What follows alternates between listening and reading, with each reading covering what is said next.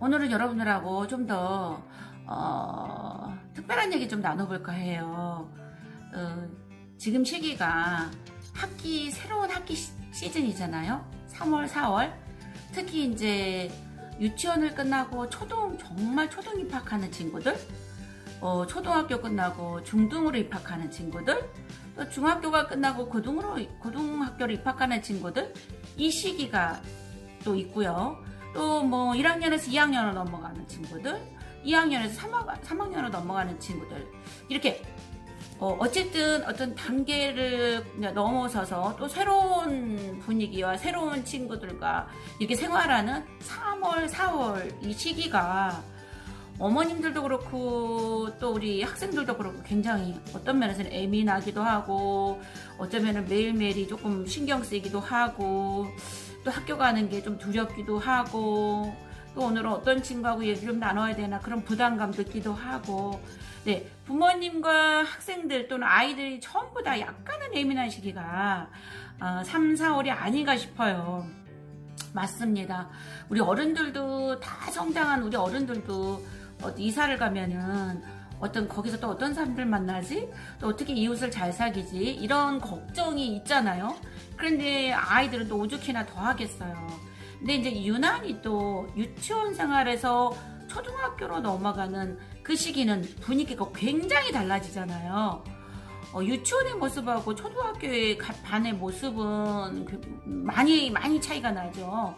그러다 보니까 아이들이 굉장히 심리적으로 위축이 되고 또 경직이 될 수도 있거든요. 거기다가 부모님들마저도 굉장히 좀 유치원에서 느슨하게 생각했던 여러 가지 것들을 걱정이 앞서다 보니까 점점 예민해지고 다른 엄마들의 어떤 행동이나 말 한마디에도 막 신경이 쓰이고 또 우리 아이한테 말 한마디 하는 것도 신경이 쓰이고 그런 모두가 예민해지는 시기. 또 6학년이 중학교로 넘어가면 이제 어떤 면에서는 우리 애가 학습을 잘할 수 있을까, 또 친구들은 좋은 친구들 사귈 수 있을까, 뭐 이런 걱정들, 또 혹시나 왕따나 은따 당하지 않을까. 왜냐면 또 새로운 친구들을 만나는 새로운 그룹 형성이 되는 시기잖아요. 또 이제 뭐 중3이 이제 고등학교 넘어갈 때는 이제 제대로 좋은 친구를 만나서 좀 공부를 잘할 수 있을까. 이런 것들이 참 부모님들이 걱정이 많으세요. 맞아요. 네, 맞습니다. 걱정이 많을 수밖에 없죠. 우리 부모잖아요. 그럼에도 우리 부모님들이 지나친 걱정, 지나친 염려가 이게 아이들한테 다 전해져요. 다 전해져요. 아이들이 심리적으로 엄마가 불안해하는 거, 걱정하는 거가 다 전해져서 오히려 아이를 위한 어떤 태도는 아닌 것 같아요. 엄마가 느긋하게 또 여유롭게 굉장히 조금 그런 면에서 좀 거리를 두고 편안하게 아이를 대할 때 아이를 조금 더 마음이 안정이 되거든요. 오늘은 누구랑 얘기했어? 선생님이 너를 시켰어 안 시켰어? 그런 것들을 작은 것까지 엄마가 예민하게 신경 쓰면 아이도 점점 예민해져요. 네. 그래서 우리가 이게 어떤 입학 시즌 또는 새로운 학년 시즌 3, 4월을 어떻게 잘 보내냐에 따라서 아이들이 안정적으로 학교 생활을 할 수 있느냐, 안정적으로 친구들을 잘 사귈 수 있느냐, 어떤 정서적으로 굉장히 안전하게 출발할 수 있느냐, 이러한 것들이 관건인 것 같아요. 그래서 오늘은 여러분들한테 제가 한 5가지 정도로 한번 좀 얘기를 좀 드려볼까 합니다. 어떤 거냐면 첫 번째로 우리가 새로운 학년, 새로운 또는 입학 이런 것들을 잘 보낼 수 있는, 지혜롭게 잘 보낼 수 있는 5가지 지혜 이야기입니다. 첫 번째, 정서적인 안정감을 위해 신경 써 주셔야 돼요. 아이들이 정서적인 안정감을 위해 신경 써야 된다는 건 무슨 얘기냐면 엄마가 마음이 늘 불안해 있고 엄마가 늘 걱정하고 있으면 아이도 예민해진다 그랬죠. 그래서 늘 편안하게 괜찮아 막 많이 물어보는 것도 신경이 쓰여요. 아이가 엄마가 오늘 학교에 무슨 일 있었어? 뭐 이런 것들 있잖아요. 너무 꼬치꼬치 캐묻는 것도 아이가 점점 내가 잘해야 되나? 누구랑 꼭 얘기를 해야 되나? 선생님이 질문했을 때 꼭 내가 손들고 대답을 해야 되나? 엄마한테 이런 걸 다 얘기해야 되는데 이런 부담감에 시달리면 아이가 정서적으로 조금 안정되지 않을 수가 있어요. 그래서 그냥 오늘 학교 잘 갔다 왔어? 그냥 편하게 편하게 엄마가 마음적으로는 조금 걱정이 되더라도 오히려 아이가 엄마 내가 오늘 애들은 발표했는데 난 발표 못해서 괜찮아. 발표 안 해도 괜찮아. 그런데 우리 아들은 생각하고 있었지? 그럼 된 거야. 발표하고 싶을 때 하고 발표하기 싫을 때 안 해도 괜찮은 거야. 그거는 너 마음이야. 너가 하고 싶은 대로 하는 거야. 억지로 할 필요는 없어. 이렇게 좀 뭔가 편안하게 마음을 해주는 거. 정서적인 안정감을 위해서 부모님들이 같이 정서적인 안정을 갖고 가야 되는 거. 네, 이게 되게 필요하고요. 그 다음에 두 번째는 수시로 이렇게 꼭 안아주세요. 나름 아이들이 어떤 굉장히 변화된 시기잖아요. 환경의 변화, 교우관계도 변화, 또는 선생님의 어떤 모습들도 조금은 다를 수가 있거든요. 유치원 선생님하고 초등학교 선생님들 모습이 좀 다를 수 있어요. 그러면 그런 것들에 대한 변화가 약간 두렵기도 하고 그럴 때 막 여러 가지 묻지 말라 그랬잖아요. 어떻게 해요? 그냥 오늘 딱 애가 집에 들어오게 되면 어떻게 해요? 꼭 껴안아주면 돼요. 그냥 어떻게 꼭 껴안아주면서 1분 이상 안아주면서 오늘 수고했어. 오늘 애썼어. 엄마가 널 엄청 기다리고 있었어. 그리고 아무 말 하지 마시고 그냥 안아주세요. 꼭 안아주고 그냥 토닥토닥 그렇게 해주세요. 그러면 나름 얘도 어려운 사회생활을 하고 들어왔잖아요. 네. 어른들만 사회생활이라고 하면 안 돼요. 아이들도 교우관계 뭐 여러 가지 것들이 다 사회생활이에요. 그래서 그런 사회생활을 아주 잘 보내고 왔다는 그냥 무언으로 또닥또닥 해주는 거. 안아줘서 들어오자마자 안아주세요. 들어오자마자 꼭 안아줘서 아이가 마음이 풀리더라고. 엄마가 이렇게 안아주니까 내 마음이 너무 편안해졌어. 네.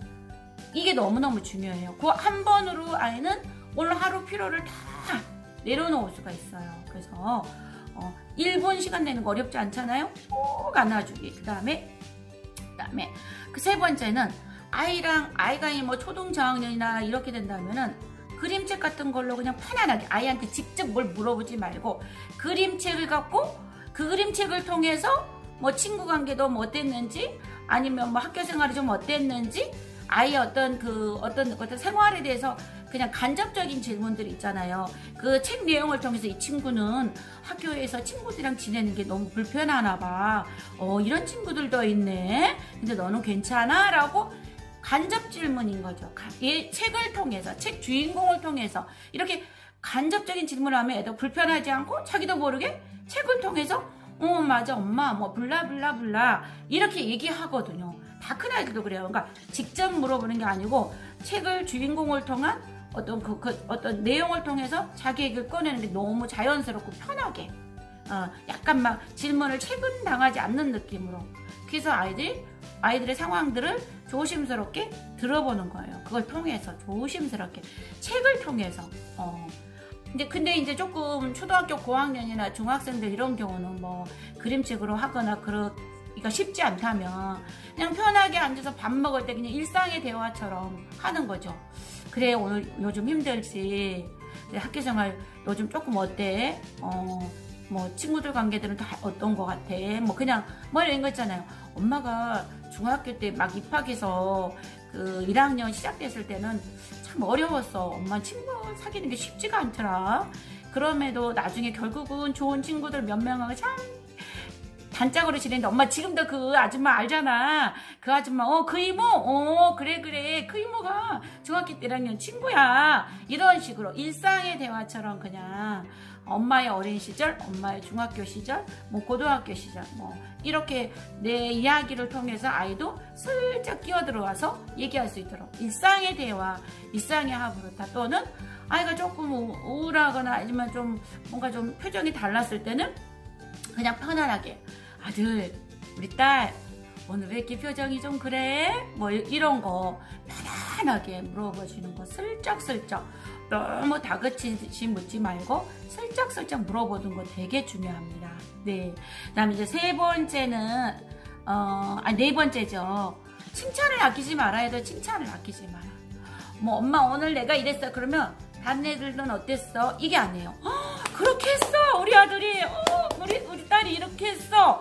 와 엄마 듣는데 너무 기분이 좋은데. 그러니까 작은 행위 하나, 작은 행동 하나, 뭐 자기가 뭐 친구를 위해 도와줬다는 뭐 행동 하나, 이런 것들을 그냥 무한 칭찬, 극찬 이렇게 막 응원해 주셔야 되는 거예요. 응원해 주셔야 되는 거예요. 네, 우리 부모님들이 생각보다 이웃집 아이한테는 칭찬 잘하고 격한 칭찬하는데 내 아이한테는 칭찬이 약한 인색한 분들이 계시거든요. 네, 내 아이에게 칭찬하시고 내 아이를 격하게 응원해 주세요.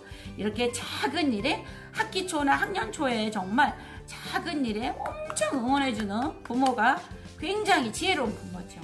네, 그 다음 이제 5번째는 늘 이런 얘기를 해주시는 게 좋아요. 엄마 아빠는 항상 내 편이야. 엄마 아빠는 무슨 일 있어도 항상 우리 딸 편이야, 우리 아들 편이야, 알았지? 우리는 한 편이야. 뭐 이런 거 있잖아요. 그런 것들이 알았어. 그러더라도 어떤 상황이 일어났을 때 어때요? 엄마 아빠가 내 편이라 그랬지? 엄마 아빠는 나의 무조건 내 편이라 그랬지? 그게 엄청난 힘이라는 거예요. 네, 세상에 단 한 사람만 자기 편이 돼줘도 무너지지 않고 뭔가요? 어떤 일에 힘을 받고 그걸 의지 삼아서 날 믿어주는 사람이 있지, 나를 응원해주는 사람이 있지, 이런 생각 하나 때문에도 자기를 지키거든요. 그래서 우리 부모님들이 해야 되는 일 하나가 늘 나는 내 편이야, 너의 편이야. 그래서 어떤 일이 있어도 무슨 일이 있더라도 엄마한테 얘기해주면 너무 고마울 것 같아. 엄마 아빠는 늘 너의 어떤 이야기나 이런 걸 기다리고 있어. 그래서 어떤 상황에도 엄마 아빠 무조건 내 편. 이게 너무 중요해요. 이거 한 번을 안 해줘서 교육적인 효과를 본다고 너 잘못했어, 바로 사과하고 이렇게 뭔가 아이의 감정을 좀 못 읽어주는 부모님들, 아직 교육이라는 관점에서 너무 지나치게 어떤 타이트하게 들이대는 분들은 나중에 아이들이 그걸 평생 갖고 갈 수도 있어요. 엄마가 그때 내 편이 아니었어. 그래서 세상에 나는 내 편이 없다고 생각했어. 이것처럼 마음이 아프는 일도 없거든요. 네, 그래서 항상 나는 내 편이야, 알았지? 우리 아들, 우리 딸 화이팅! 이렇게 해주시는 그런 부모가 되셨으면 좋겠습니다. 자, 학기 초, 학년 초를 또는 정말 지혜롭게 잘 보낼 수 있는 방법 5가지 방법을 오늘 말씀드렸습니다. 네, 다음 시간에도 좋은 내용으로 찾아뵙겠습니다. 감사합니다.